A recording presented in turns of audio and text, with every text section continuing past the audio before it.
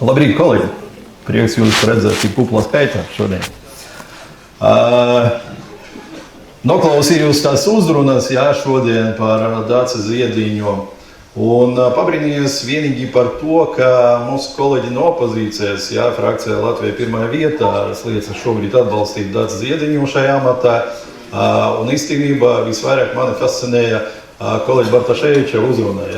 Viņš faktiski izstāstīja mums gadījumu no dzīves, no savas dzīves, kā viņš privātājās sarunās ar Daci apsprieda diezgan nopietnu jautājumu, līdzekļu piešķirumu caur vides aizsardzības fondu. Un pieminēja konkrētas divas lietas, kuras viņam 100% piekrītu, tā ir naudas izšķērdēšana. Bet kādu tad reakciju mēs sagaidām no amatpersonas, kas pretendē uz Maika Vinas departamenta direktora amatu? Vismaz kādu rīcību. Bet izrādījās nē. Vienkārši viens otram pažalojas, un tagad arī visa opozīcijas frakcija balsos par Daci, kurā acīm redzami nav noraidījusi ar rīcību, par tādiem faktiem, kas kļuva zināmi abiem diviem, savas darba pienākumu pildīšanas laikā. Un tas visvairāk arī nepatīk, ka amatpersonas ierēģi, kuri ir atbildīgi par ļoti lielu līdznieku naudas virzību un piešķiršanu dažiem projektiem, faktiski nereaģē pat tajos gadījumus, ka tā izšķērdēšana visiem ir acīm redzama.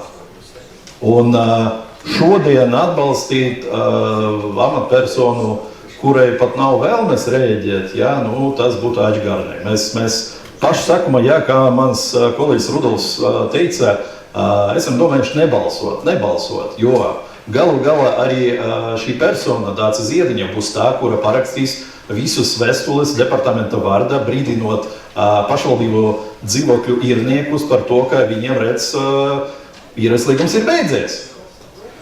Un tie cilvēki, kuri, saņemuši dzīvokļus palīdzības ietvaros, kuriem pašā līguma bija rakstīts, ka šīs līgums ir beztermiņa, šobrīd būs spiesti tomēr, vai no caur tiesu, vai no atsaucoties uz departamenta spiedienu, parakstīt citu versiju, kur jau šis līgums būs terminēts uz krietni īsāku laiku.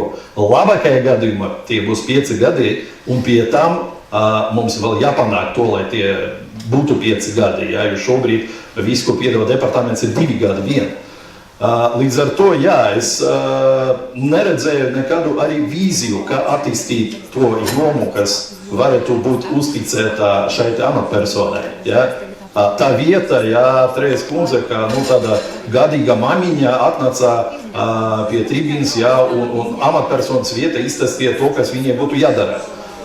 Tas, protams, kādam varētu patikt, jo notiek kaut kāda saikne starp politisko varu un izpildvaru, bet, manuprāt, tas neliecina par vēlētās amatpersonas spējām uzņemties atbildību par krietni sarežģītu jomu pašvaldības saimniecībā.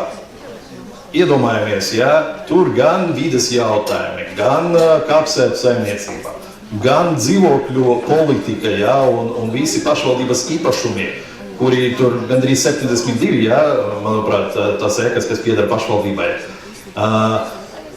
Tā ir milza saimniecība, un pašvaldībā un pašvaldības vadībā nerīko konkursu uz to. Tas vien liecina par to, ka tas ir politiskais ieliknis, līdz ar to mēs nevaram viņu atbalstīt šodien un balsosim pret. Paldies!